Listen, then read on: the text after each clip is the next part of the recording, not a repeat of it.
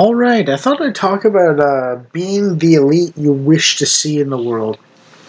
Now, I know people say aspire to greatness and so on, and there's a certain degree of truth to that, and there's a certain degree of also know your limits a little bit. But even when you know your limits, people generally encourage to push a little bit beyond it slightly, at least, and test them and try and expand them a little tiny bit here and there, even if you've mostly solidified are mostly solid on knowing what those limits are and so on. You know, um, I'm not suggesting that for like drinking or gambling or anything like that, but like just sort of like learning new English words or new ideas and trying to learn about the world and thoughts and worldviews and stuff like that and possible ways of looking at certain situations or mechanics or problems or something like that. A lot of people kind of do the thing where it's like it works barely, but it works, so that's good enough. And like the thing is, you want to refine your practice so that you're the best you can be, basically. And learning does require new information and new ways of looking at things at times. And gradually, what happens is you test as low risk as possible the but still accepting some risk the new concept or technique for trade skills or something like that sometimes um, in a situation where it's not catastrophic or severely damaging to the project. And that's one of the things about people who master a craft and people that just get by. Um, it's so it's like okay, maybe you don't feel confident, and it's like okay, well, fair enough. Just do what you can and keep going, and you don't have to experiment wildly and all the time necessarily or anything like that, but a little bit of experimentation once in a while maybe might keep you a little sharp and you might learn something useful out of it in the end. This probably goes more for artwork or some or fiction or like uh, oh, what's the other one? Game design or something like that. Something intellectual on some level. Um, don't reinvent the wheel for like carpentry or something like that because you don't need to necessarily. And don't obsess about the newest, latest fad or trend or anything like that. Um, but push your limits in the intellectual sphere at least. And if you feel a little overwhelmed, go back to basics basically, and it's like that's okay. At least you explored a little bit. And the thing is, like, when you put a rat in a foreign environment, they'll run to the nearest dark, small hole, and then they'll like cross the territory a little bit. And if they don't get eaten, then they'll cross it a little bit more. And if they don't get eaten, they'll cross it a little bit more, and so on. Gradually exploring and mapping the territory out. Now, that's a courtesy of Jordan Peterson, but that's kind of what you're trying to do with exploration to be great. There's no shortcut to being great. There's no bitch I'm fabulous kind of a girl boss sort of like I'm perfect the way I am kind of attitude that leads to greatness. You're not great because you just happen to think you're great no matter what you do. There's a little bit of trial and error and learning experiences and practice. Practice makes perfect, they say, and so on. And the thing about that is It requires a certain degree of ambition. And if you want to be the elites you want to see, which is kind of the only way you can make elites in the end, if people do that at all, at least, and if good people do it, then much better, because you don't want a master that's cruel and selfish. Um, then and then if enough people do the mastery process, then they will have a much better society, basically. And civics and so on is part of that mastery that is for a well-rounded man, basically. A man should know how to fight, a man should know how to love, a man should know how to think, and a man should know how to act. Every man a king, every man a knight, every man a wizard or technical skilled individual, and every man a Don Juan, which is like a legendary lover of woman who was with a bunch of women and so on. Now, granted, you want to stay faithful to your wife, but you know what I mean with that. You kind of know what I'm getting at with that one. Be a Don Juan to your one and only wife, basically. Um, know what turns her on and what makes her feel good, and so on. And that's not just like a physical pleasure thing. That's more of a sort of like emotional, mental sort of health condition, health status kind of thing. And don't be afraid to set boundaries on inappropriate behavior and so on, and enforce those boundaries as well. Um, and part of that is learning when to set and enforce boundaries for people that want to be the leader of your group of people. Now, granted, the corporate hierarchy is a very rigid process to some extent, and that's one of the reasons why corporate enterprises suck for the most part. The small games companies tend to be more fluid a little bit. There's a clear hierarchy, but you can jockey around in it and have some mutual respect as men on some level of equality, even if they're a lower rank. And there's a sort of brotherhood situation going on, even with things sort of how the prime minister of a country is the first minister, not the president. And the first minister is basically first amongst equals. So there's a certain degree of equality and there's a certain hierarchy as well, combined and sort of mixed.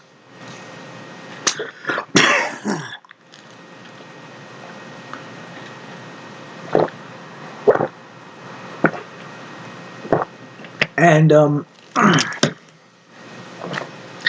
that's a very important thing. I'm not accusing Trump of actually being the king here, but the no kings protests instinct of no kings is a valid one in a society that respects republics and democracies.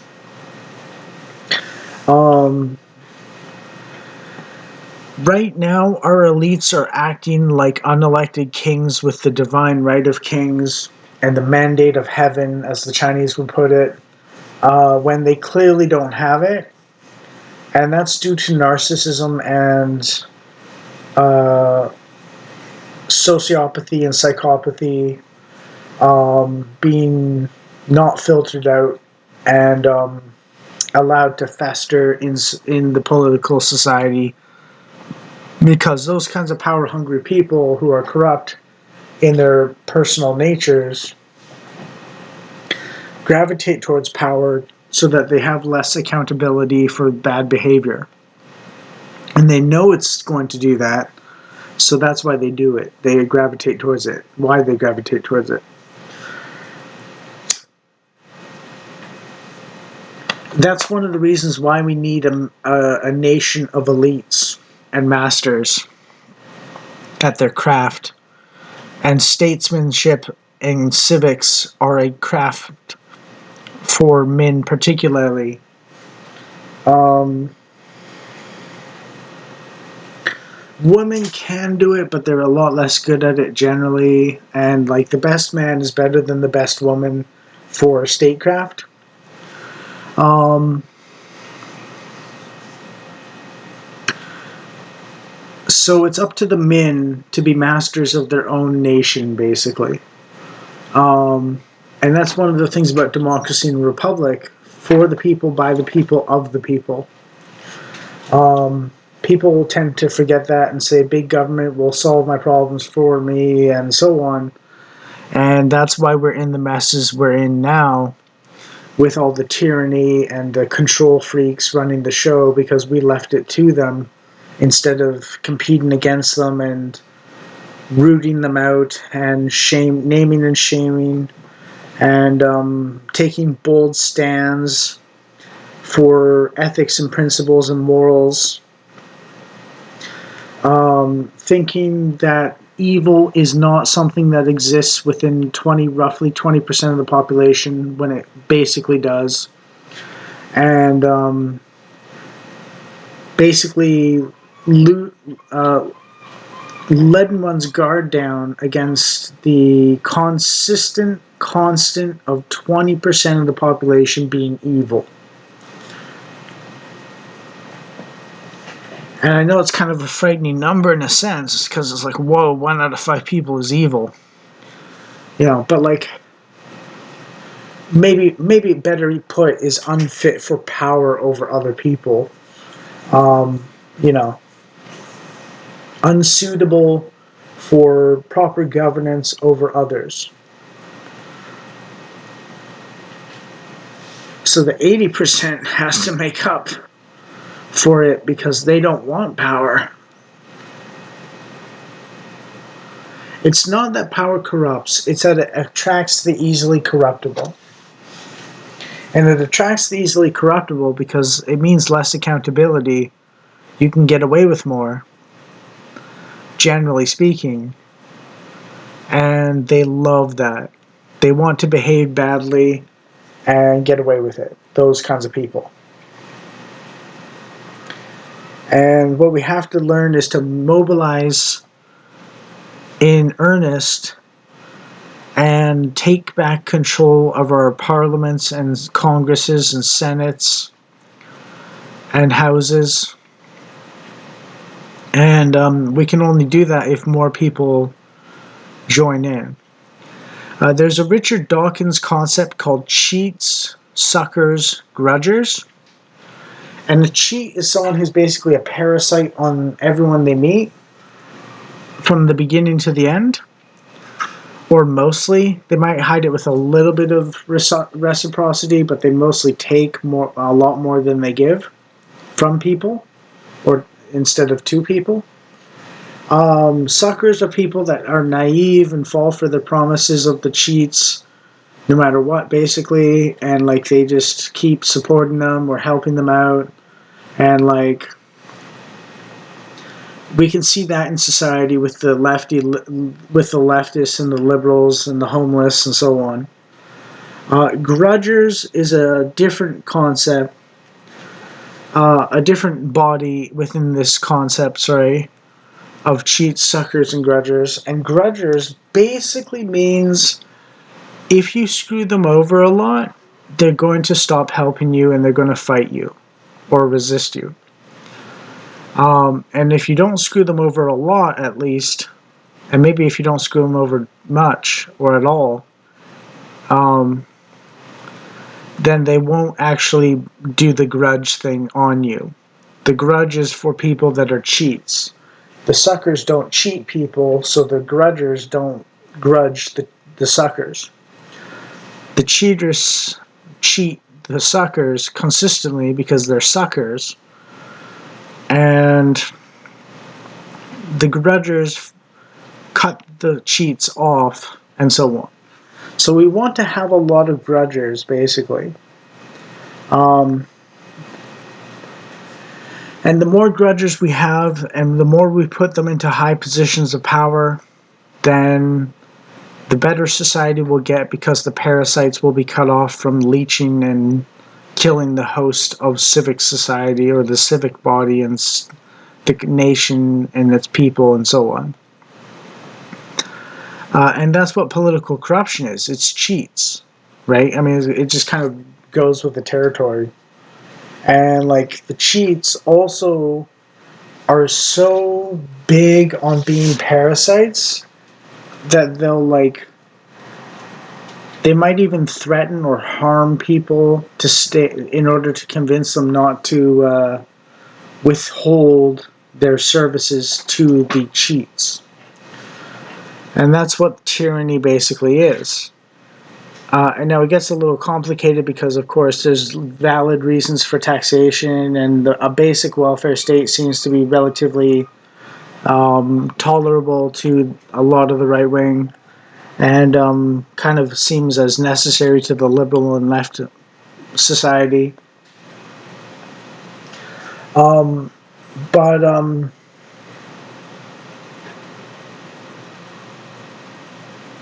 a grudger in charge would make sure that the cheats don't maximize the tax burden of on the taxpayers for his own gain, for minimal redistribution to those who actually are in dire need.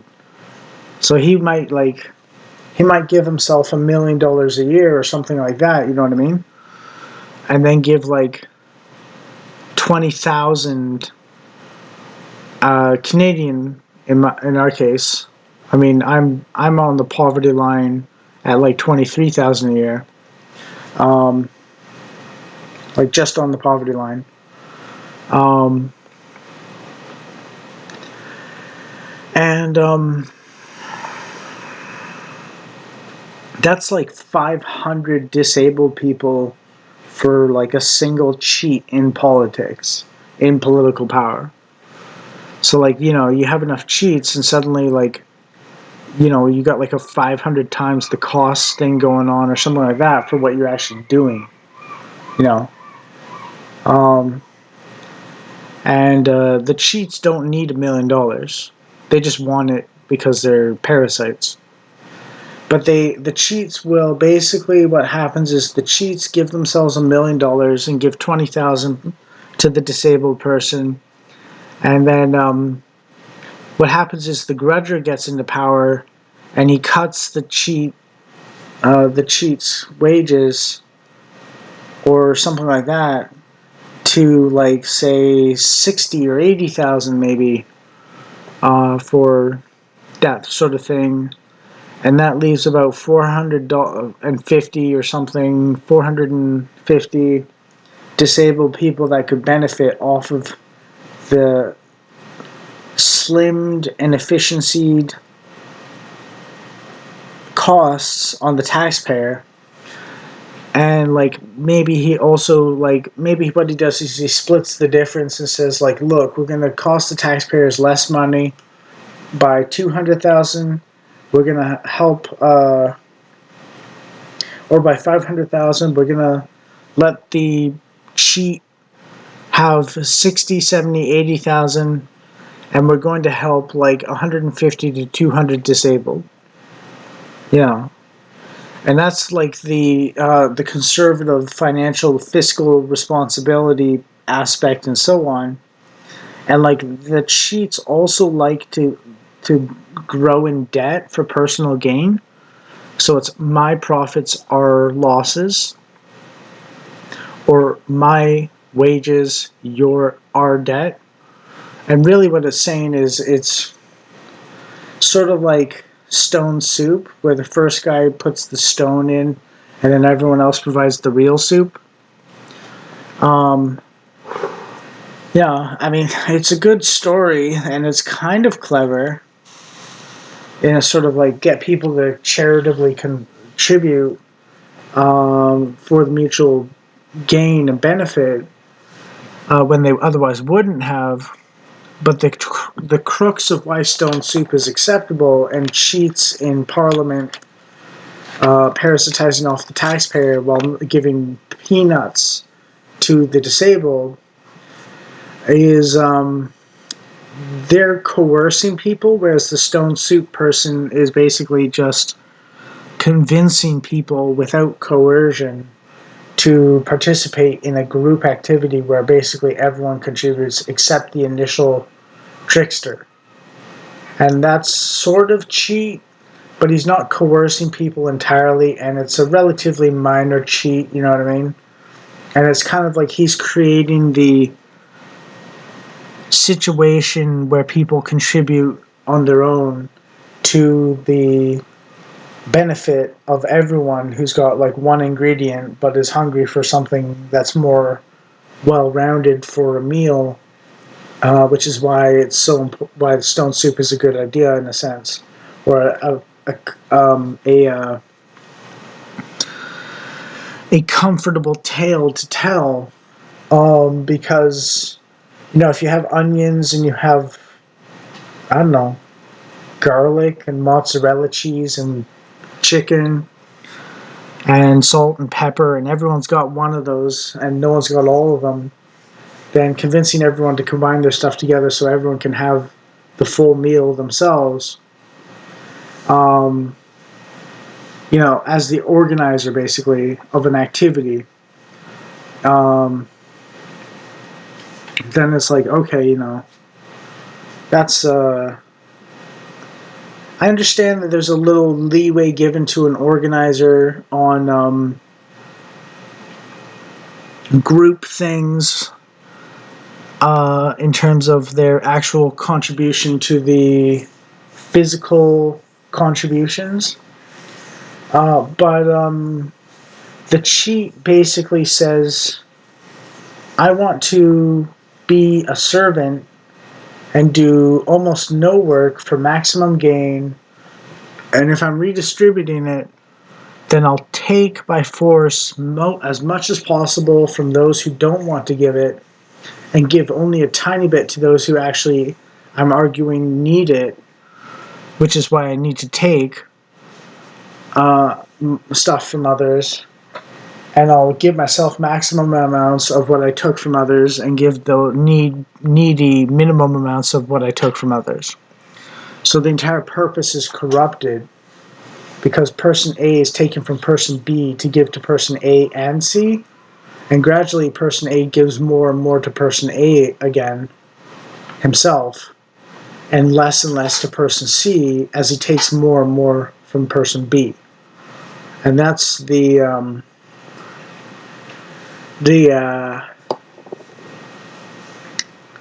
reason that we need grudgers. People who are fed up with the welfare system and the asylum and refugee system and so on, no matter how much the leftists or liberals say it's racist or something like that, these people have their own countries. If they were making our country good, then they could easily make their own country good. So why don't they just do it there, right? So the argument they make our country good is useless. And the thing is, we don't owe their people, they got their own country, we don't owe them our good life, especially when it costs us to give them a good life. They have their own country to take care of them. And if they can't organize, then that's their entire society's fault, including them. You get what you deserve. So yeah.